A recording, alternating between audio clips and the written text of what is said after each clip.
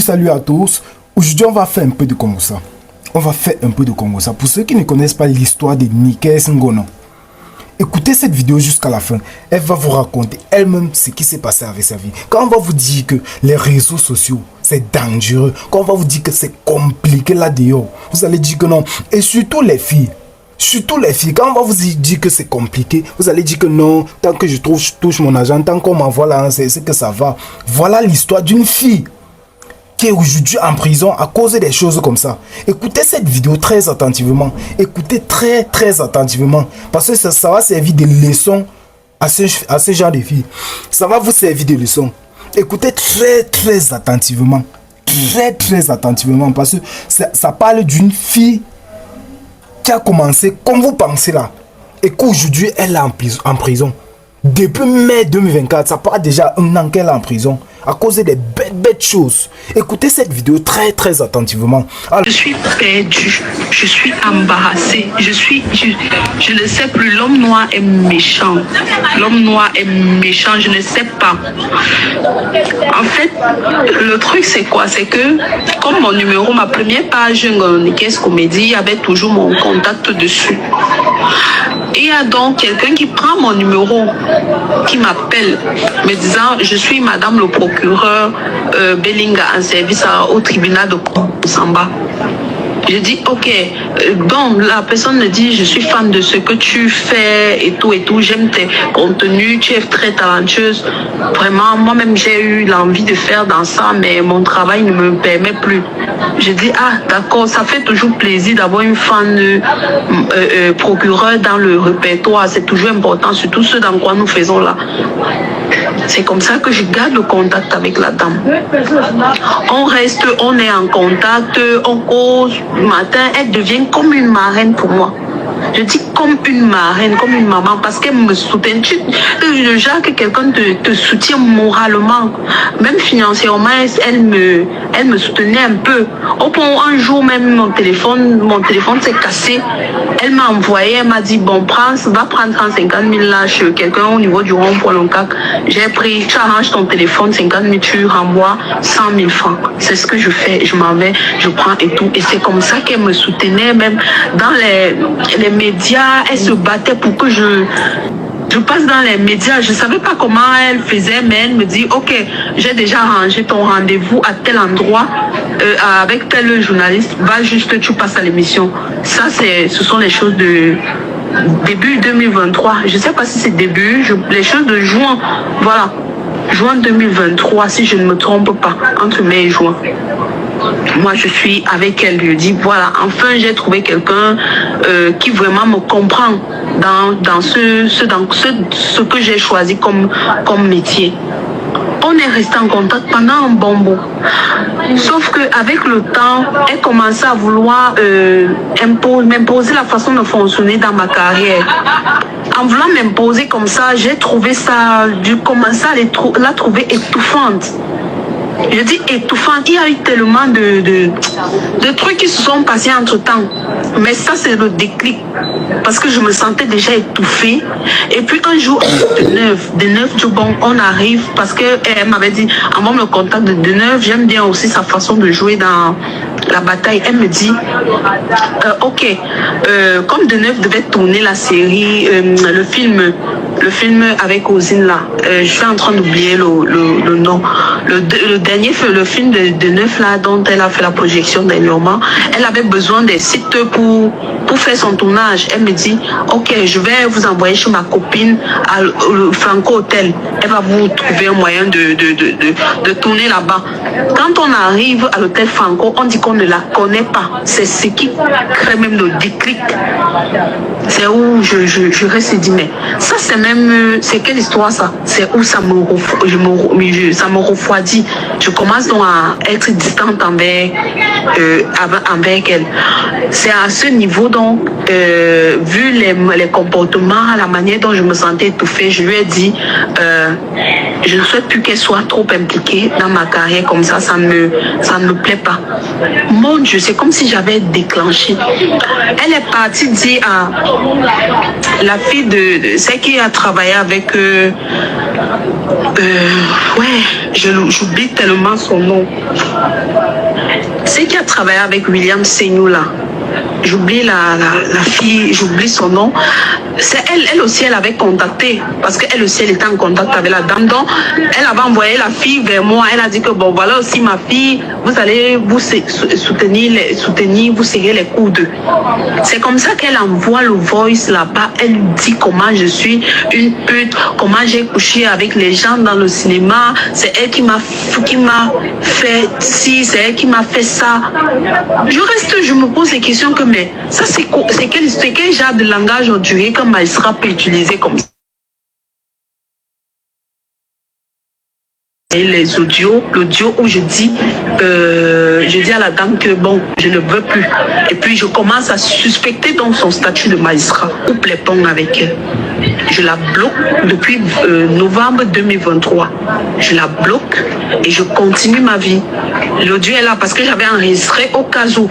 Voilà, c'est la même dame qui est le même faux magistrat qui envoie Maman Monica à Yaoundé qu'elle veut résoudre son problème de son fils qui était décédé.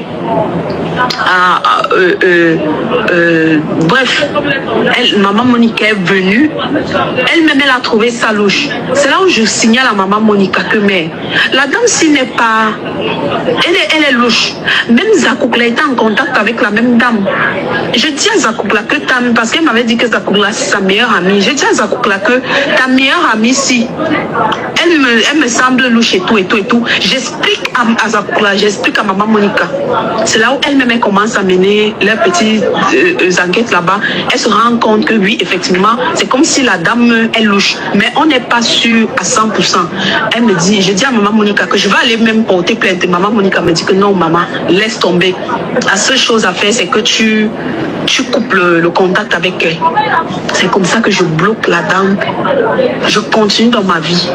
En avril 2024, c'est juste comme avril comme ça là. Ou c'est avril, ou c'est début mai, un truc comme ça. On m'appelle à Douala pour un contrat publicitaire. Quand j'arrive sur Douala, on a fait arrêter un monsieur dont elle m'avait mis en contact avec, que c'est une fausse magistrate dont elle avait envoyé livrer les pagnes.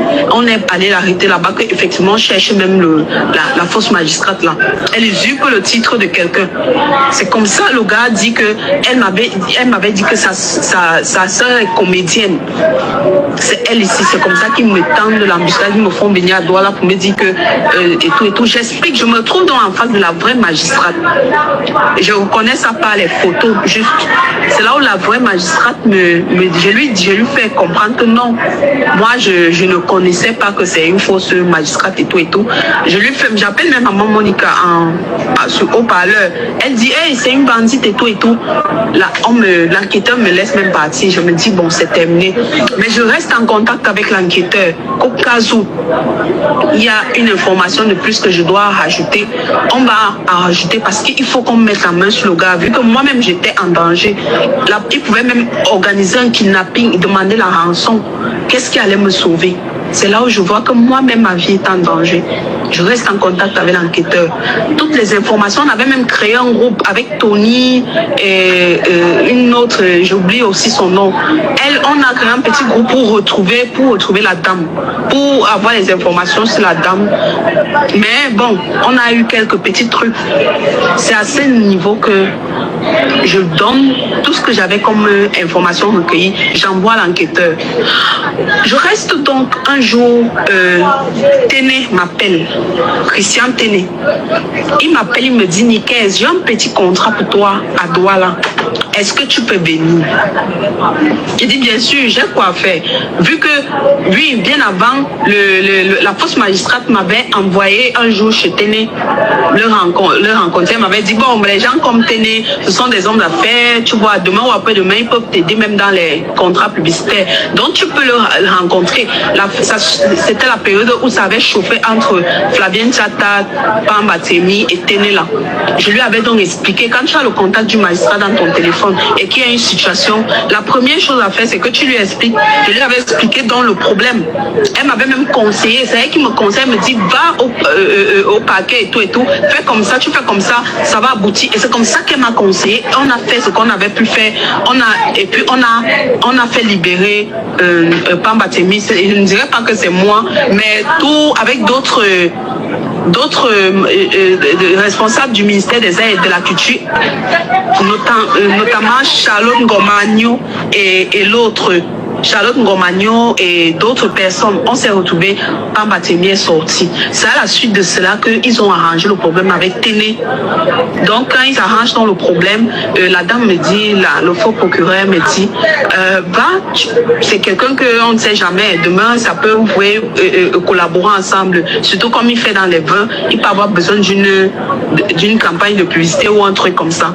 Il faut le rencontrer. Je suis allée, j'ai vu Téné, on s'est assis dans son bureau, et il m'a expliqué ce qui s'est passé même avec Flavienne. J'ai dit, ce sont des choses qui arrivent. Je lui ai dit que, est-ce que tu as les ambitions de porter même plainte et tout. Il m'a dit qu'il va voir et tout. Je suis partie. Le lendemain, je devais rentrer sur Yaoundé encore. Je suis allée voir à la demande de la fausse magistrate qu'il faut encore aller voir. On ne sait pas si c'est qu'il a les ambitions de se plaindre et tout. Je suis allée, j'ai encore vu et puis on s'est séparés et tout. Moi, je suis rentrée. C'est comme ça.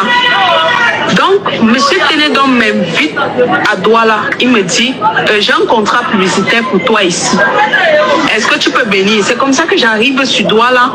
Et quand j'arrive sur Douala, j'appelle Téné, il ne me prend plus au téléphone. Mon manager appelle même Téné, il ne prend pas au téléphone. Je dis que, mais c'est quoi cette histoire? Et donc, bon, comme je suis sur Douala, je profite même, je vais essayer de voir l'enquêteur pour qu'il me dise à quel niveau le problème est déjà. C'est comme ça que je fais appel, j'appelle l'enquêteur, je pars là-bas à la brigade de Bonanjola, où il y a le tribunal militaire. Je pars là-bas, l'enquêteur me dit qu'on va t'arrêter. Il dit que m'arrêter pourquoi? Parce que ton nom a été cité ici. Ton nom revient chez M. Téné. M. Téné t'a cité ici comme quelqu'un qui allait se faire passer pour un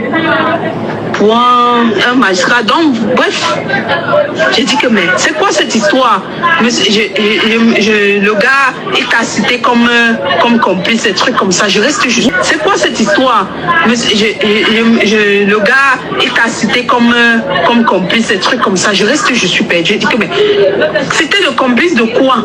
Je suis venue ici, je vous ai expliqué, j'ai présenté même certains éléments ici que c'est comme ça, c'est comme ça.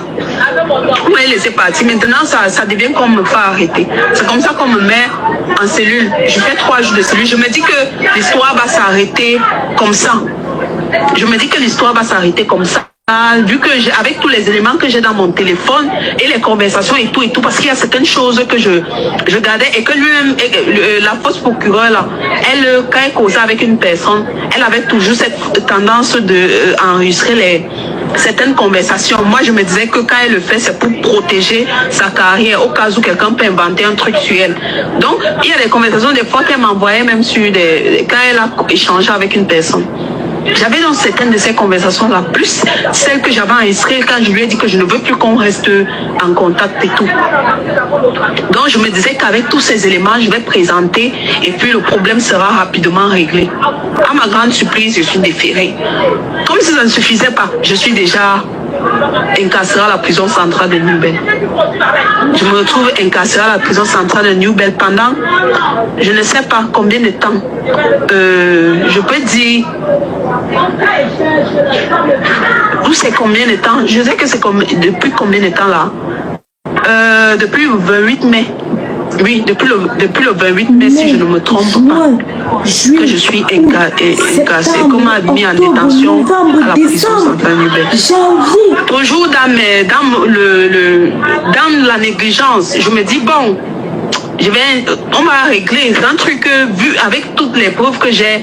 Quand je vais monter au parquet, j'aurai l'occasion de de présenter mes preuves et puis on va me laisser tomber, on va me laisser rentrer chez moi rapidement. Je vous assure que depuis le 28 mai jusqu'aujourd'hui, il n'y a eu ni ouverture de débat, rien. Et M. Téné qui s'est présenté un jour au tribunal comme étant une victime, apparemment je suis allé me faire passer pour un faux procureur chez lui. M. Téné ne me connaissait pas. Téné qu'il a eu le problème avec Pamba Temi. Nous tous on sait, on a soutenu Pamba Temi. Je me suis retrouvée dans son bureau parce qu'effectivement on parlait de l'histoire de Pamba Temi là. Et tout.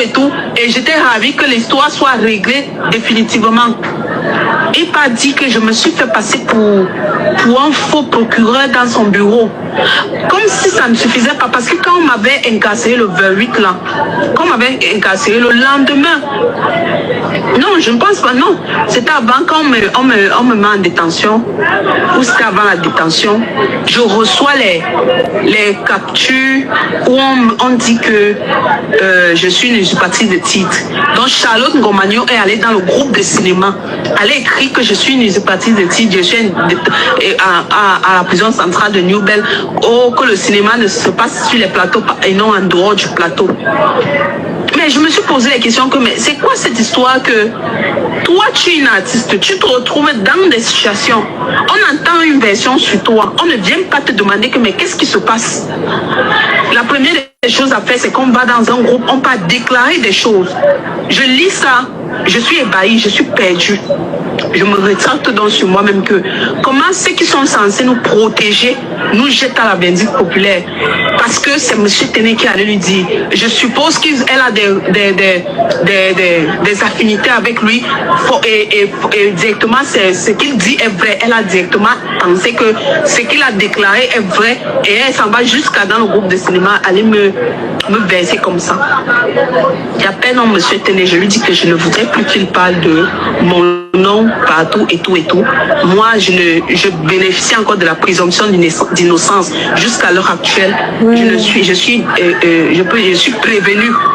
Je ne suis pas encore détenue. Jusqu'à ce que la justice aurait déclaré coupable. Je suis encore prévenue. Donc, on n'a pas à me donner le casque d'usurpatrice de titre. Oui. Ce n'est pas comme ça que je voudrais régler ce problème. Je vais me battre pour sortir, pour sortir d'ici, mais qu'il arrête de parler de moi un peu partout. Et c'est alors comme ça. Qu'il arrête de parler de moi comme ça. C'est ce que j'ai fait. Donc, le bon monsieur est allé dire que moi, je l'ai menacé. Donc, dans le dossier, il vient un jour au tribunal comme étant quoi? Victime. Le juge lui dit, non, tu ne peux pas débarquer en pleine audience, venir dire que tu es victime. Ce que tu dois faire, c'est depuis les enquêtes préliminaires que tu devais te prononcer comme étant une victime. Ce n'est pas en pleine audience comme ça. Il a envoyé son avocat parce que lui, il ne vient pas. Il envoie son avocat. L'avocat, lui, c'est ce qu'on dit à l'avocat. L'audience d'après, maintenant, il était cité comme témoin. J'ai dit témoin de quoi? Je me pose la question, témoin de quoi? Donc, c'est comme ça. Je ne sais pas quel rôle il joue dans cette histoire. Jusqu'à présent, je ne sais pas ce que M. Téné joue, ce qu'il joue comme rôle. Ce que je sais, c'est que je suis détenue à la prison centrale de New Bell depuis pratiquement, je peux dire 8 mois. Avec pratiquement 12 renvois cumulés, sans ouverture de débat. Parce que même les débats, on ne les ouvre pas. Donc, c'est un peu ça mon histoire là maintenant. On a demandé, la plaignante a demandé par la voix de ses avocats la collégialité. La collégialité a siégé. Elle a demandé le huis clos. Le huis clos a siégé. Après le huis clos, on a dit renvoi ferme. Après le renvoi ferme, elle a demandé la récusation de l'un des juges. Voilà comment la procédure ne fait que tourner en rond, elle tourne en boucle, sans ouverture de débat. Comme tu me vois là. Donc, je ne sais même pas où c'est. Je sais même pas qui blâmer dans cette histoire. Je ne sais pas qui blâmer. Où je suis là, je suis même dépassée. Ma famille ma famille s'est déjà battue comme elle a pu. Ma famille s'est battue comme elle a pu. On ne comprend rien. Bon, il y a un détail que j'aurais omis de dire. Le faux procureur, en fait, ce n'est pas une femme. C'est un homme qui se fait passer pour une femme. Donc, elle a une voix de femme. Donc, c'est comme ça. Ce n'est pas une femme. C'est un homme qui porte une voix de femme. L'histoire est tellement longue que je ne sais pas. Un audio ne suffira même pas à tout expliquer. Donc, il y a beaucoup de gens vont se poser des questions que mais pourquoi est-ce que tu as fait confiance à une personne que tu ne connaissais pas et tout et tout. En fait, je lui ai demandé que mais est-ce qu'on peut se rencontrer, est-ce qu'on peut se voir. Elle m'a dit, elle a un service au tribunal de Konsamba, comme je vous l'ai expliqué, et que quand elle va prendre son congé, on pourra se rencontrer. J'ai dit ok, c'est comme ça que je ne reviens plus dessus. C'est comme ça.